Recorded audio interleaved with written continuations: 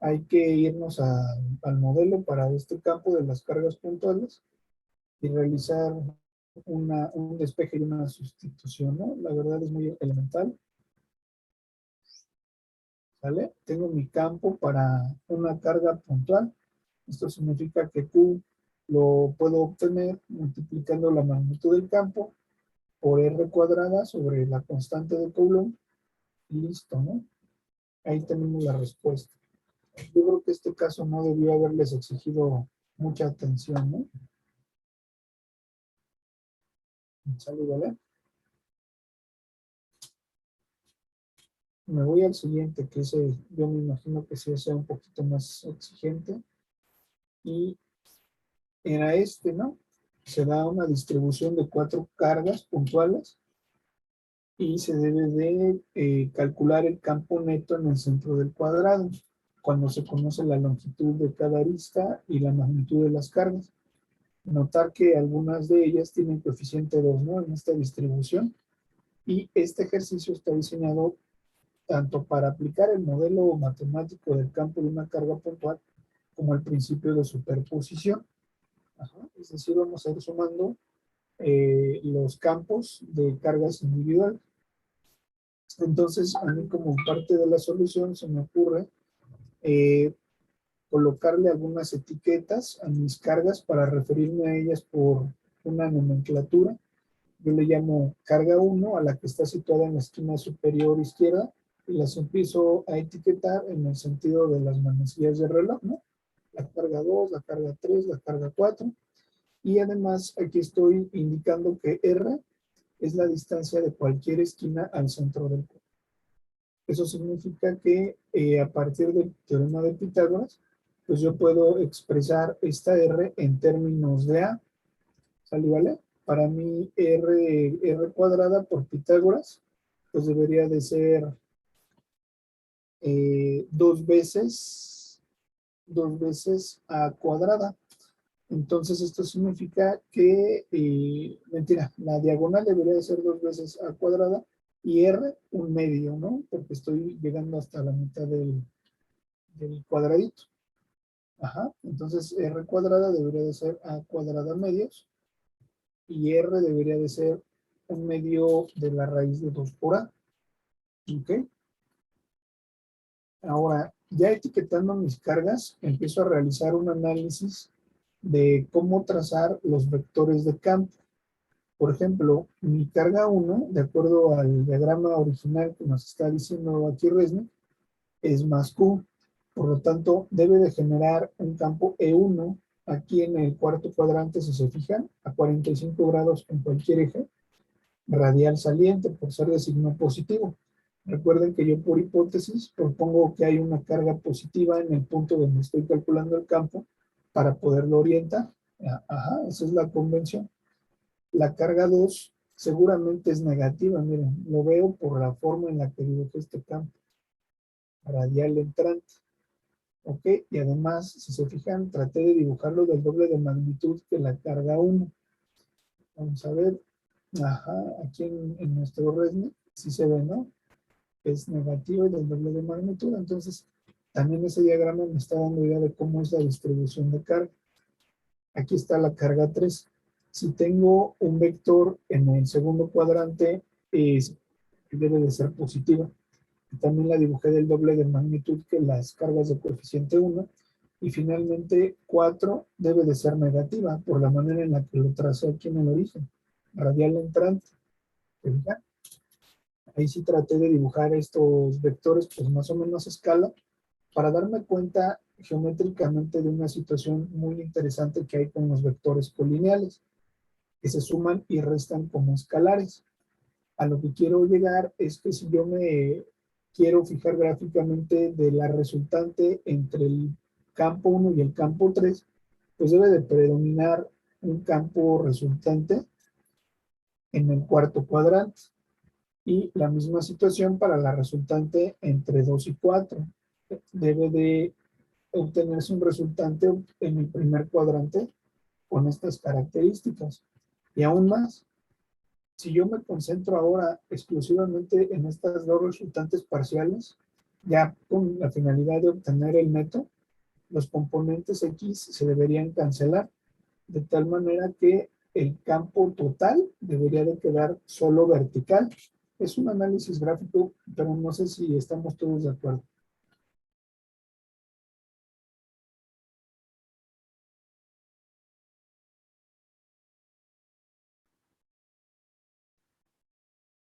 Sí, estamos de acuerdo. Qué bueno que están de acuerdo todos. Entonces, todavía andan dormiditos por ahí. ¿Qué pasó? A veces no participan. ¿Sí? O hay uno que otro conectado y los demás dejaron el automático. Se volvieron a acostar. Bueno, me está escribiendo acá en el chat. Dicen que sí.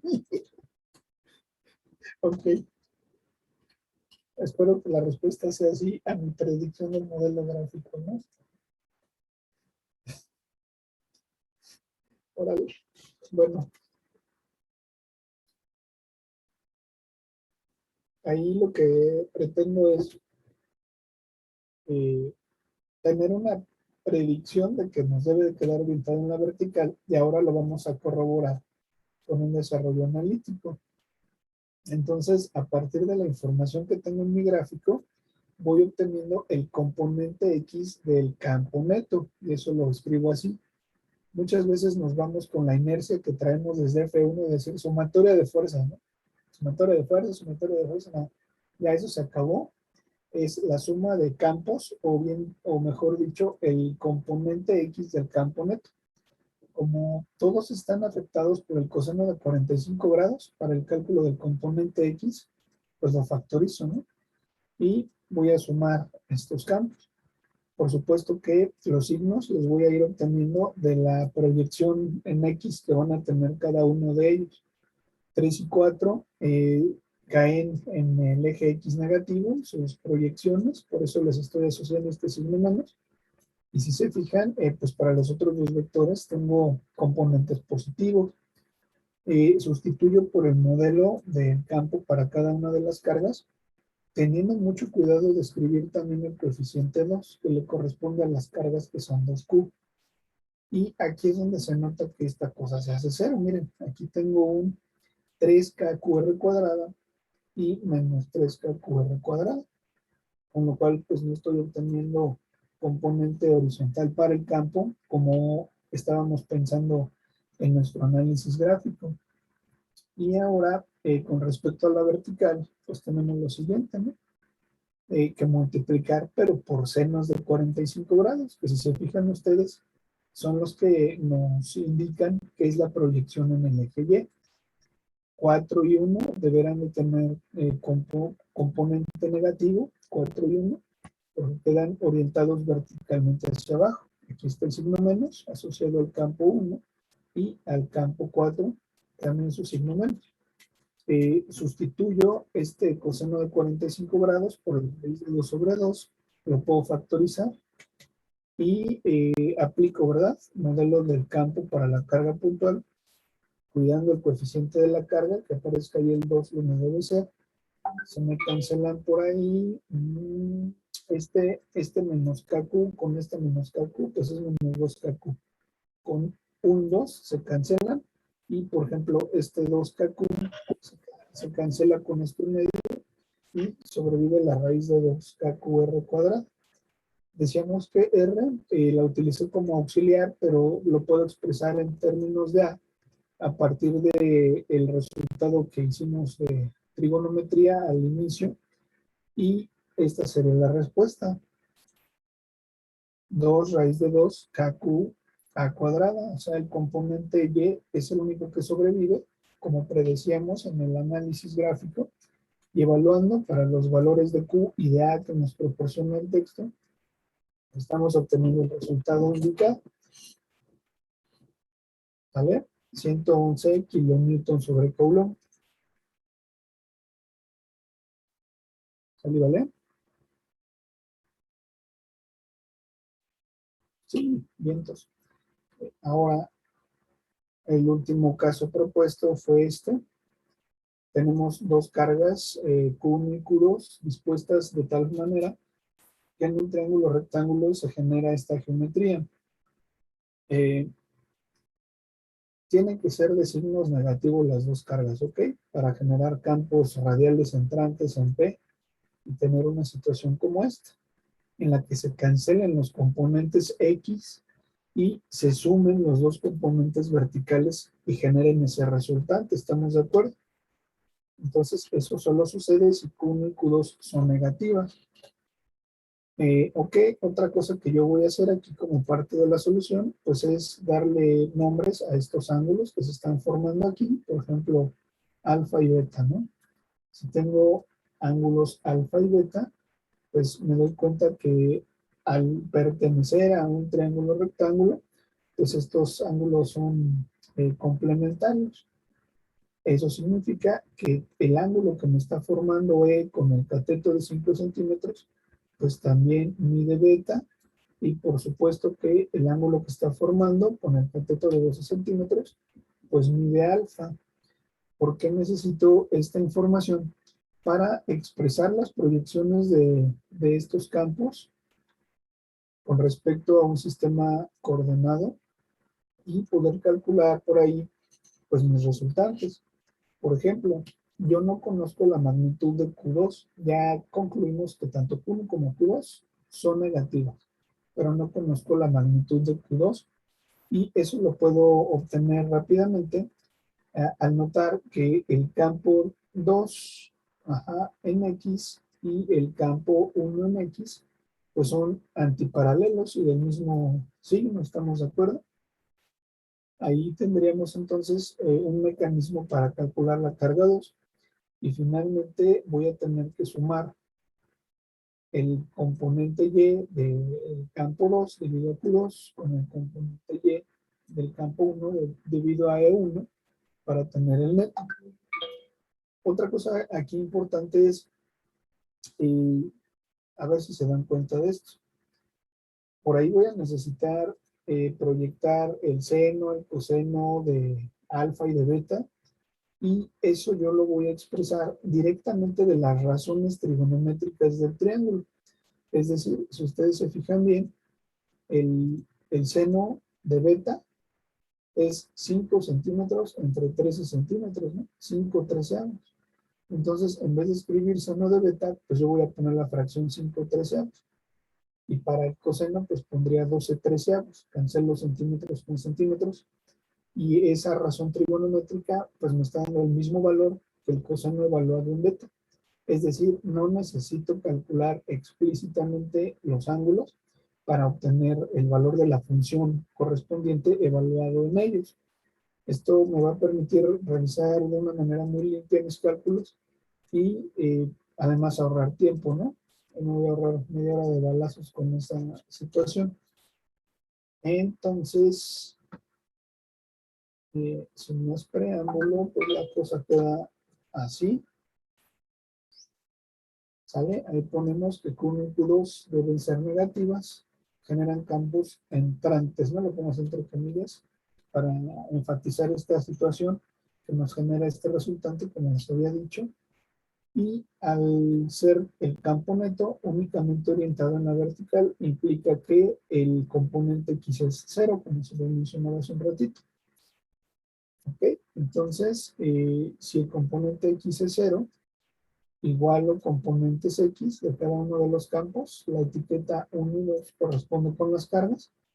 El modelo para el campo de la carga puntual debido a la carga 1 es KQ1 sobre 5 por 10 a la menos 2 al cuadrado. Y aquí es donde expreso el seno de beta como una razón, 5 treceavos.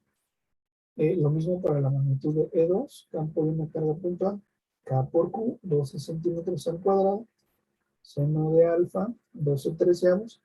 Y cuando yo les decía que esto me va a permitir trabajar de una manera muy limpia, pues es porque me chuto el 13 con el 13, este 10 a la menos 4, se va con este 10 a la menos 4, la K me la chuto con la K, y despejo Q2, y me va a quedar como 12 quintos de Q. Queda de una manera muy bonita, el resultado muy directa, y evaluando para Q1, pues tenemos 7.2 micros. Ahí está la magnitud de Q2, por supuesto negativo, ¿no? Este procedimiento casi es el que voy a aplicar para la magnitud del campo, pero sumando los campos multiplicados por los cosenos para tener los componentes verticales que les decía yo. Ya conozco la magnitud de Q2, la acabo de obtener en el paso anterior y pues ya sin broncas, ¿no? Voy sustituyendo aquí por la magnitud del campo correspondiente. Está. Expreso mis distancias en metros. Nuevamente, estas funciones trigonométricas evaluadas en los ángulos indicados, las expreso como razones de los catetos que deben ser. Y listo, calculator, ¿no? Si no mal recuerdo, creo que este exponente era las 6 o yo no sé. Mucho ojo nada más con eso. ¿Alguna pregunta, muchachos? Ok, gracias. A ver, Todo bien. muchas gracias. Sí, aquí en la respuesta era 1.17 por 10 a la 7 y yo puse 1.17 por 10 a la 7. Sí, ya lo corregí. Se ve que aquí le hice un true, ¿verdad?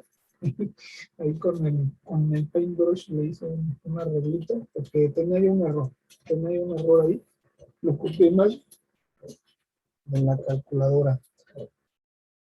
Bueno, a ver, voy a dejar de compartir tantito para compartirles, ¿no? El contenido del examen. Ya habíamos hablado de esto en una ocasión en la que estábamos revisando los temas de Resnick que van, ¿no? Entonces, el capítulo 27, pues es ley de Coulomb, es la parte fuerte, ¿no? Casi estoy seguro que viene un problema de ley de Coulomb, pero viene teoría, vienen preguntas de teoría en su examen. Entonces, de ahí debo de saber modelos atómicos, propiedades de la carga,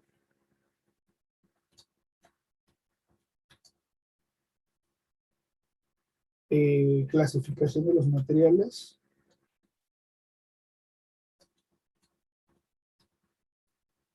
y esto es lo que implicaría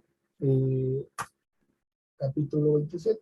Cuando me refiero a propiedades de la carga, pues naturalmente ahí me refiero a pues saber si es un escalar, cuál es su unidad de SI, la conservación de la carga, la ley de acción de cargas, tipos de cargas, métodos de electrización, ¿ok?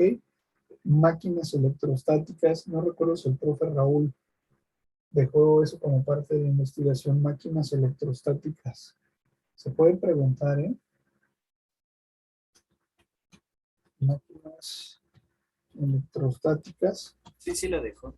Sí lo dejó, ok, muy bien. Entonces, más que nada se refiere a tres que son básicas. El electroscopio, la máquina de Winchurch y el Van de Graaff, el generador Van de Graaff.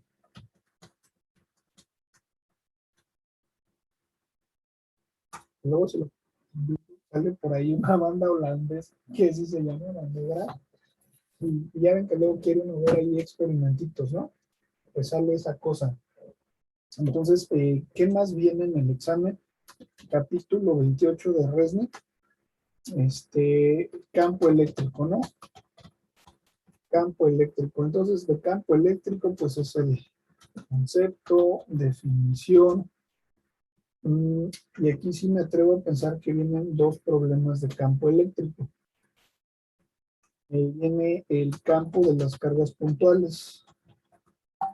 El campo de las cargas puntuales, lo que implica superposición, ajá, hasta dipolo.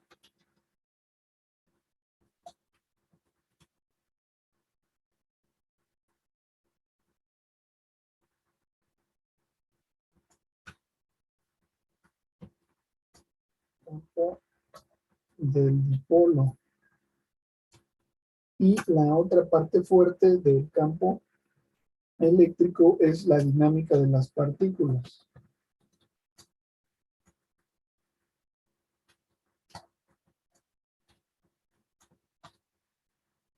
Ajá, esto es movimiento de cargas en un campo uniforme. ¿Sale, vale? Entonces, del campo debo de saber por qué es un campo vectorial. Pues porque está distribuido en el espacio una cantidad que tiene magnitud y orientación. Líneas de campo, definición, fuerza por unidad de carga, líneas de campo, mm, cómo se aplica el principio de superposición, que lo vimos ahorita en el segundo ejemplo, que es suma de unos vectores, y qué es un dipolo, cuáles son dos modelos matemáticos básicos que necesitamos para el dipolo, y después viene el análisis de cargas en un campo uniforme, cómo se genera un campo uniforme. ¿Ok? No sé si hasta aquí tienen alguna pregunta.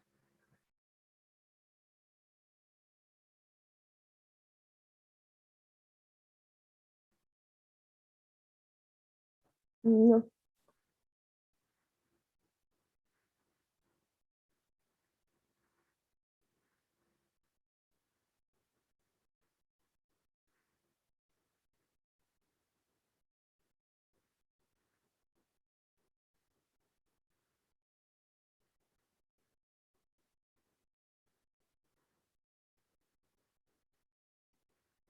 Ok, sí.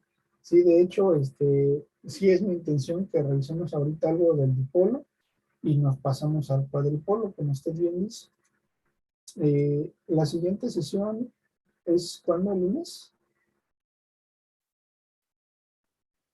Es el martes, ok, para ver que esta situación de dinámica de las partículas la revisemos. Acuérdenme también, por favor, ¿no?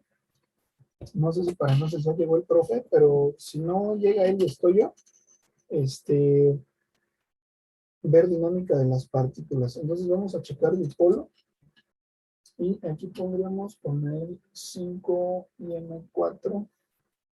Está pendiente dinámica. Aquí sugiero que se echen un clavado a cinemática para recordar un poquito las ecuaciones de caída libre, de tiro parabólico, de tiro vertical. ¿Sale? Entonces, del dipolo, vamos a ver qué les puedo mostrar.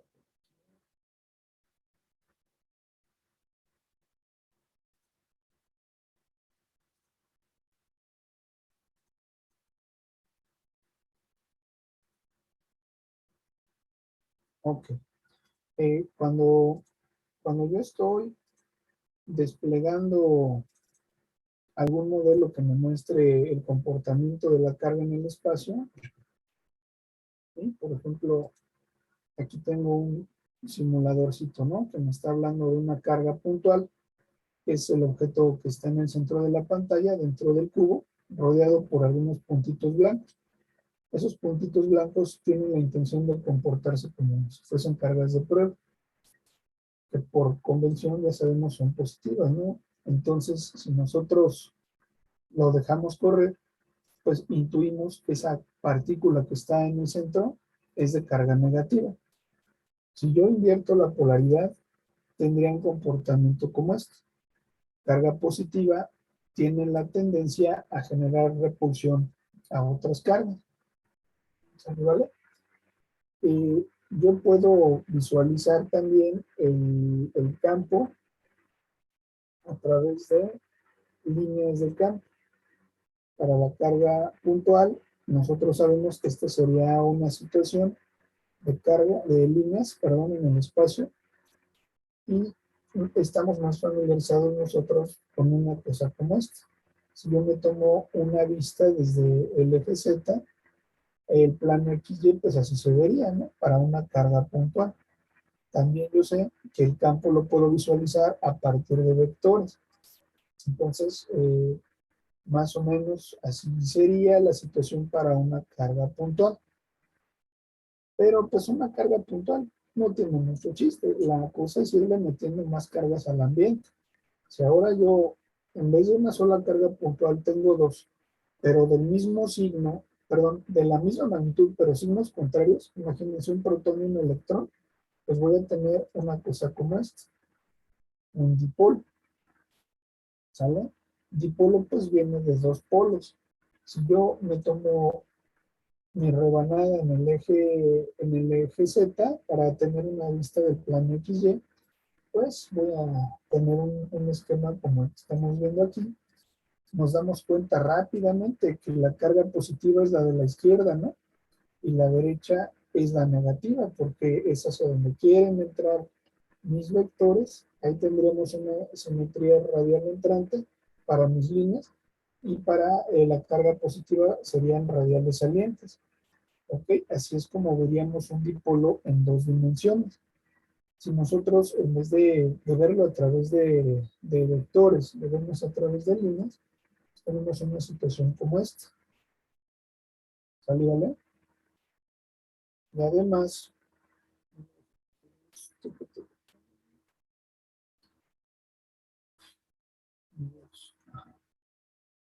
un día que fui a la Batis, me puse a grabar unos experimentos. Ahí tengo un banderón.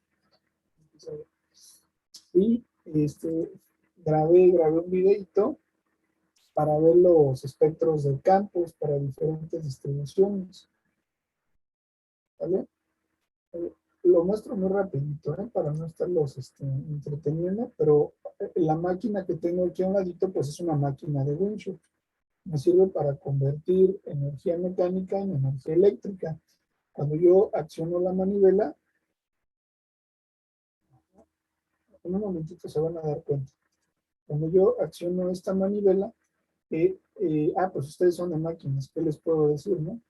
Fíjense que tengo aquí dos poleas conectadas de tal manera que los discos que tengo de acrílico en este plano vertical van a rodar una en un sentido y otra en otro, a rotar con respecto a este eje.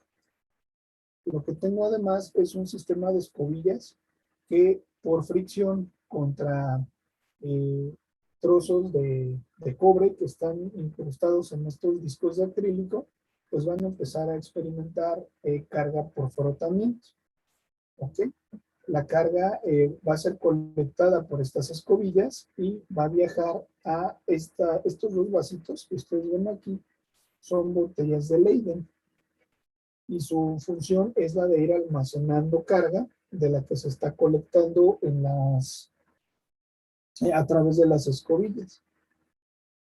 Esta carga puede recuperarse a través de estos electrodos.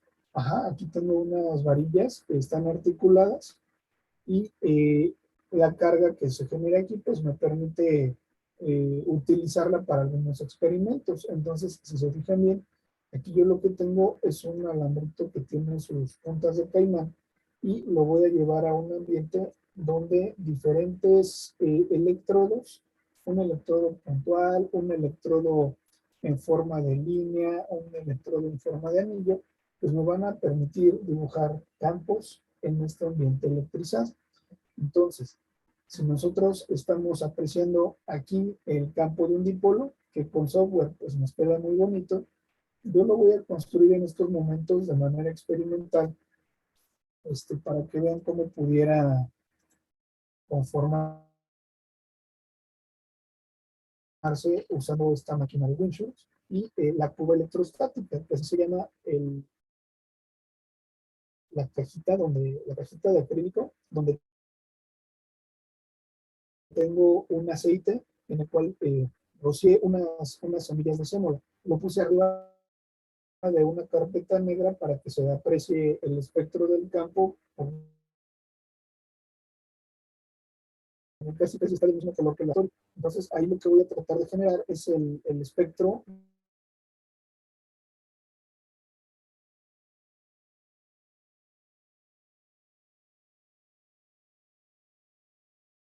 del campo de una carga puntual. Con ese delatamiento, ahí estoy accionando la máquina y la carga se está yendo hacia la cuba electrostática.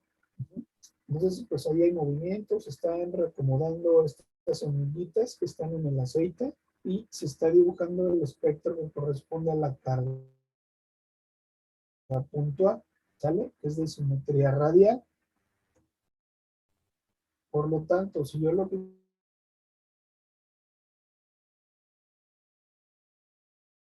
quiero es obtener el espectro de un dipolo, pues debo dar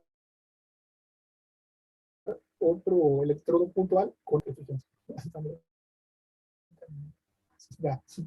Voy a colocar a la otra polaridad para que tengan cargas Profe, opuestas los dos electrodos que voy a incrustar en ese ambiente.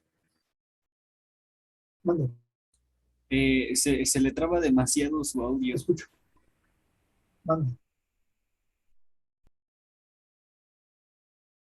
Está cortando mucho su audio, profesor.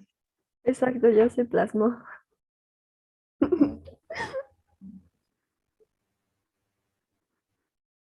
Ya volví. Ya volvió. Ah, miren, es el dipolo. Sí, me está saliendo aquí una nota de que la conexión es inestable. Voy a cancelar yo mi video. No es necesario que yo me vea, no estoy cargando más la red. No me responde el...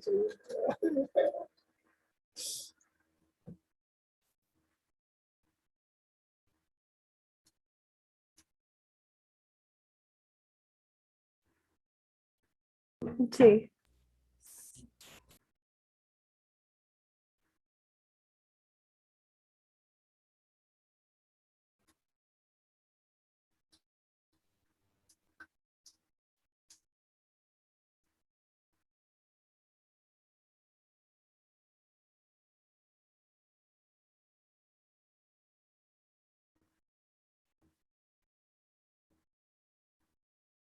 ¿Me escuchan? Perdón. Ahora sí de nuevo. Sí, Ahora ya está de nuevo, profe. que creen como que anda muy inestable en internet, no sé qué onda. No me pasa cuando veo Netflix, en lo oscuro, pero ahorita que es la hora de la clase, no entiendo qué está pasando. Miren, inactivé mi video de mi cámara, no es necesario que me estén viendo, no estoy compartiendo yo nada que esté haciendo en vivo, pero miren, el video que les estoy haciendo llegar aquí a sus pantallas ya formó la geometría de un dipolo, ¿se fijan? Sí, profe, sí. ¿Sale? ¿Vale? Entonces, experimentalmente lo podemos generar así. Voy a dejar de compartir. Creo que sí está muy demandante la red en este momento, o no sé qué sucede.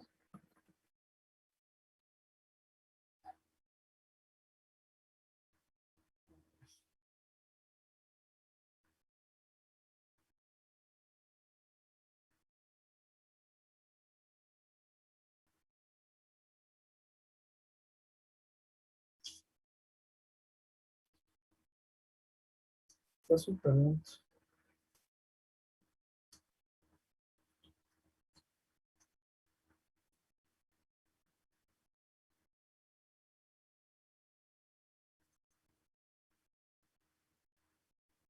Gracias por su comprensión.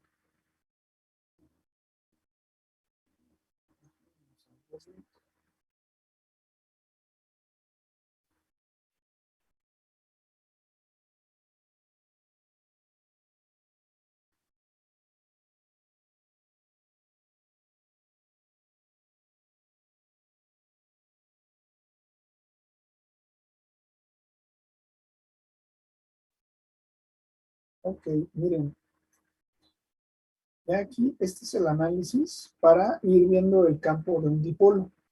Hace un ratito yo les decía que nos interesa el campo en dos puntos en particular.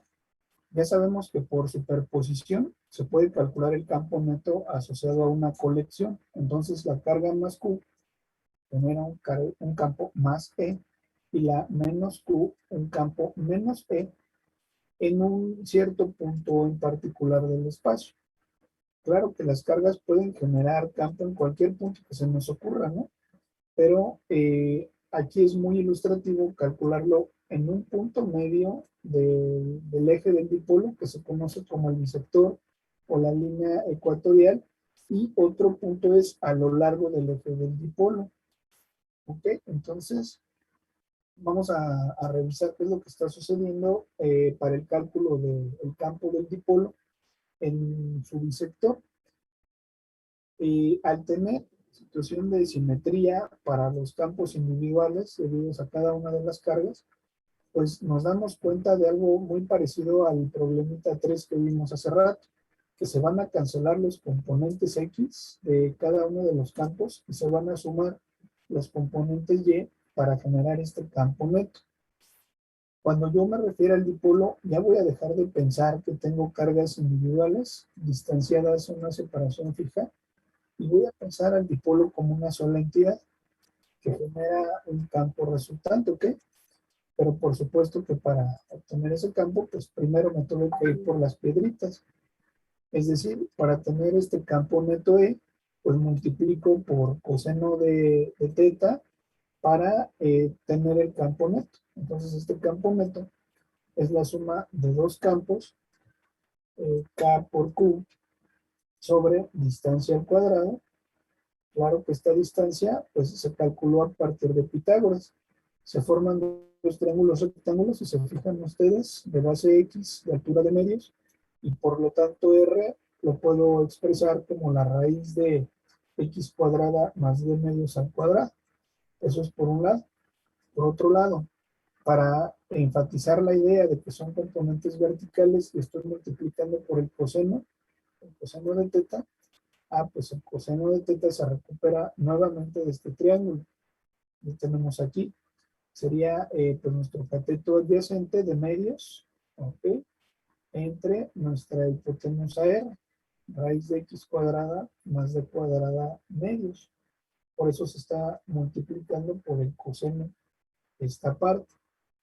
No sé si hasta aquí vamos bien.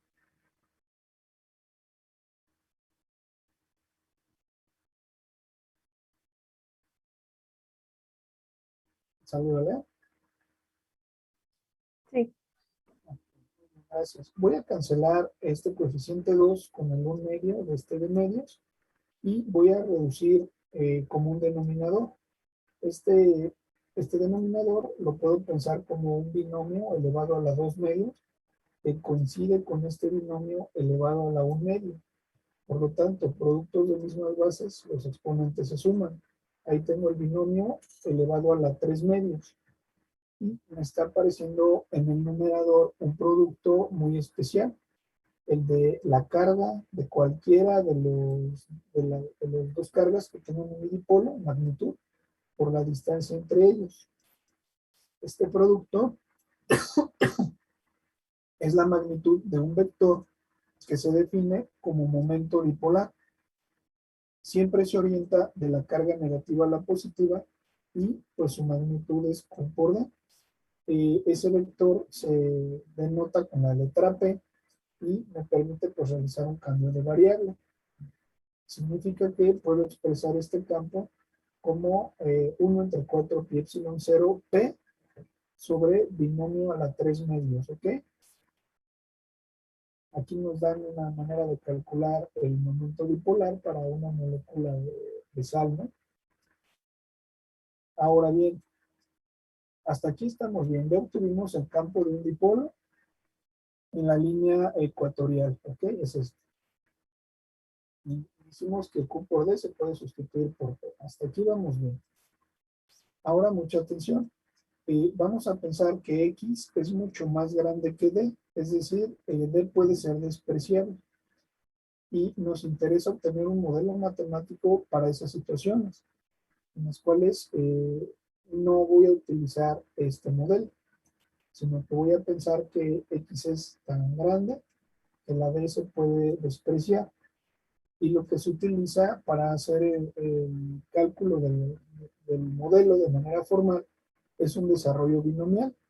Si yo quiero hacer una aproximación muy burda, pues voy a decir que este término pues lo hago cero de manera arbitraria y X cuadrada elevada a la 3 medios por propiedades de los exponentes, pues me queda X al cubo, ¿no? Ya acabé, me queda 1 entre 4 pi epsilon 0 P sobre X al cubo y listo. Sin embargo, esa aproximación que acabo de decir es muy burda y no aplica en todos los casos. Por eso vamos a revisar cómo se realiza esta aproximación binomial. Newton pues nos dice que si yo tengo un binomio de la forma 1 más expresión a la n, puedo desarrollar este binomio como una serie y el patrón pues es bien fácil de identificar. Tendríamos 1 más ny, siendo n el exponente, ¿verdad? Por ahí tenemos de momento un exponente 3 medios. El siguiente término sería n por n menos 1 sobre 2 factorial. El segundo término del binomio al cuadrado más, aquí deberíamos tener n por n menos 1 por n menos 2 sobre 3 factorial más segundo término del binomio al cubo y así sucesivamente, ¿se fijan? Sin embargo, no se preocupen, no es necesario utilizar toda esta parte porque es muy buena aproximación considerar estos dos primeros términos. ¿Sale? Entonces, yo tengo de momento un binomio de la forma x cuadrada más b medios al cuadrado, todo a la 3 medios. Debo de realizar una factorización tal que me permita tener un 1 y poder aplicar mi desarrollo binomial solamente para estos dos primeros términos. Y listo, es todo lo que vamos a hacer. Entonces, aquí está el modelo matemático que tenemos. Es este en mi factorización. Pues aquí ya está saliendo el cubo. Voy a hacerlo paso a paso. Voy a hacerlo paso a paso para que no crean que me lo saqué así de la chistera. Como si fuera truco de magia, ¿no? A ver, entonces, está muy sencilla la factorización. Tal vez la han manejado recientemente en su curso de cálculo. Y más o menos la cosa va así. A ver, tenemos nosotros un campo de la forma, en vez de 1 entre 4 pi epsilon 0, ya saben que soy un poquito flojo y voy a poner k nada más. Entonces voy a escribir k sobre, perdón, k que multiplica a p. Ya sabemos que p es el producto de q por d, ¿verdad? Lo mencioné hace un momentito. Y aquí en el denominador lo que tengo es x cuadrada más d medios al cuadrado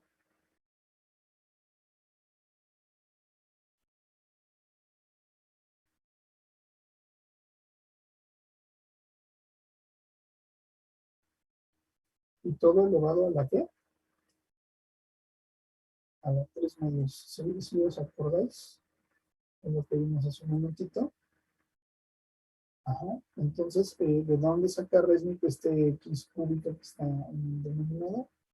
Pues es muy fácil, fíjense que se aplica acá por p.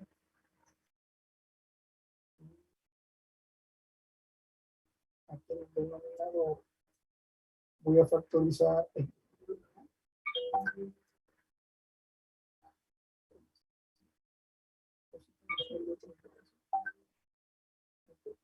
aquí está la factorización 1.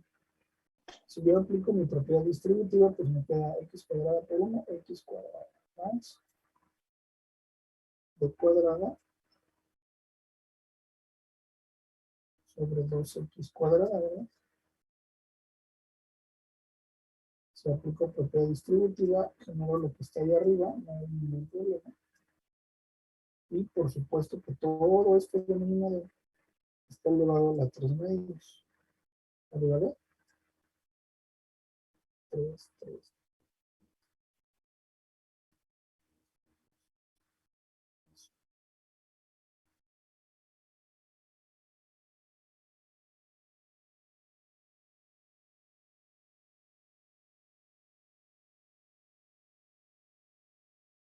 ¿Okay? Ahora, el exponente 3 medios me está afectando tanto a la x como al binomio que acabo de utilizar en la factorización, ¿se fijan? Ahora sí, esta x cuadrada, cuando la afecto por el 3 medios, me está generando la x cúbica que está aquí. El 1 es el de la factorización y aquí está de cuadrada sobre, de hecho debería ser 4x cuadrada, ¿no?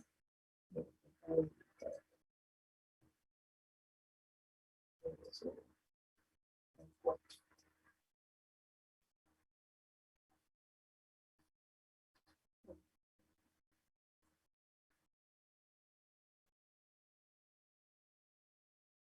Nunca había tenido la máquina tan loca.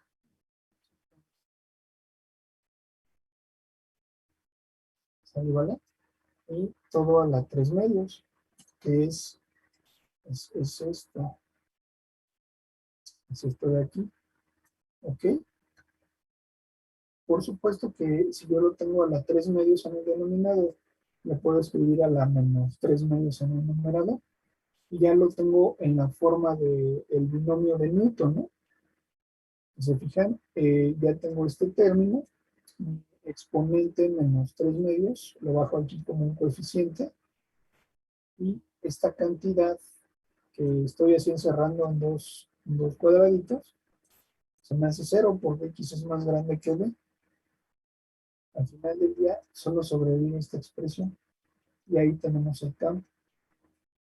Se ve un poco engorrosillo, porque yo creo que es la primera vez que lo manejan, ¿no? Pero en realidad está rápido. Y es el procedimiento que debemos de seguir en muchos casos para realizar ciertas demostraciones. Por ejemplo, ¿puedo ya quitar el pizarroncito donde dice el detalle de la expresión?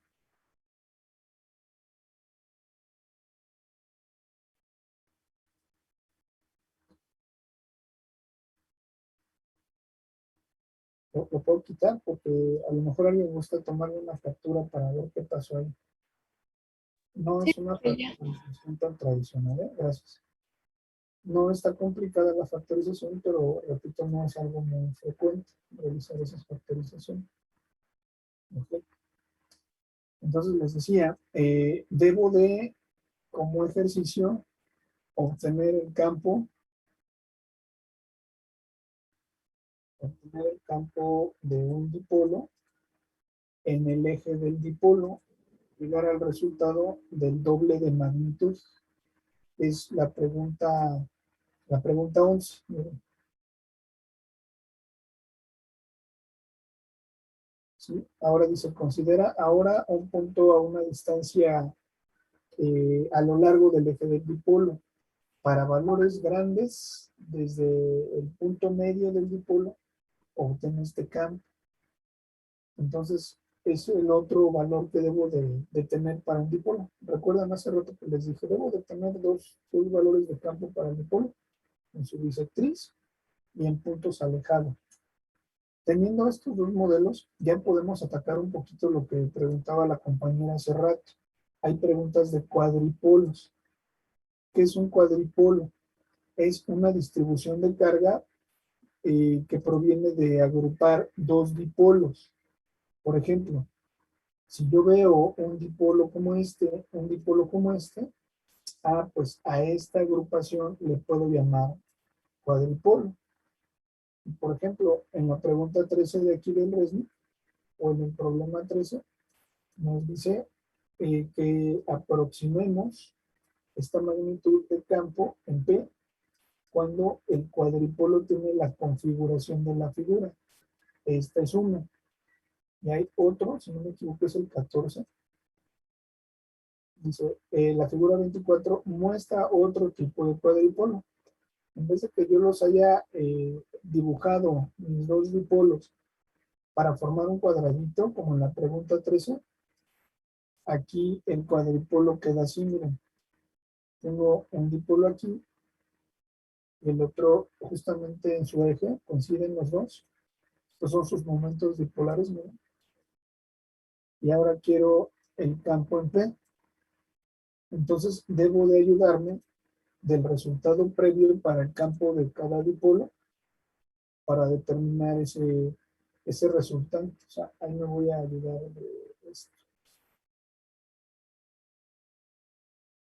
Entonces, tengo que irme en orden. Primero, tener mis dos campos para los dipolos en los puntos que les acabo de comentar. Ya me voy a resolver los problemas 13 y 14. Con estos dos problemas 13 y 14 ya estaríamos en posibilidades de responder algunas preguntas de cuadripolo que me decían de por acá. Por ejemplo, ¿cuál era?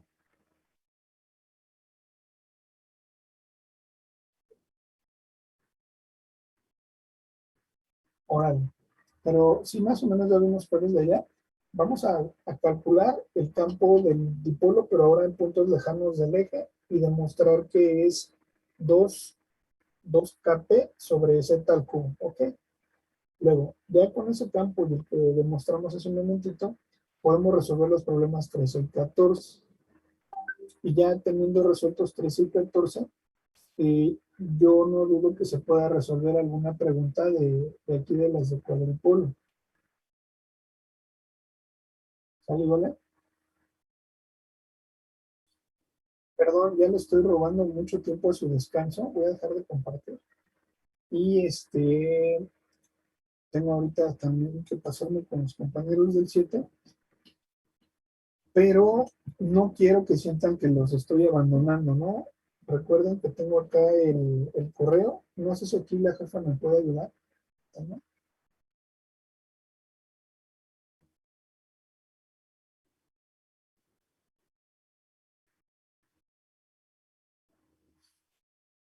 En la figura 8, la fuerza sobre la carga más baja apunta hacia arriba. Ok. Sin embargo, la del movimiento de líneas creo que es infinitamente grande. Una carga inmersa en un campo grande debe experimentar una fuerza grande. ¿Cuál es la solución a este dilema? Ok. A ver, entonces, vamos a hacer una respuesta para la pregunta 14, ¿no?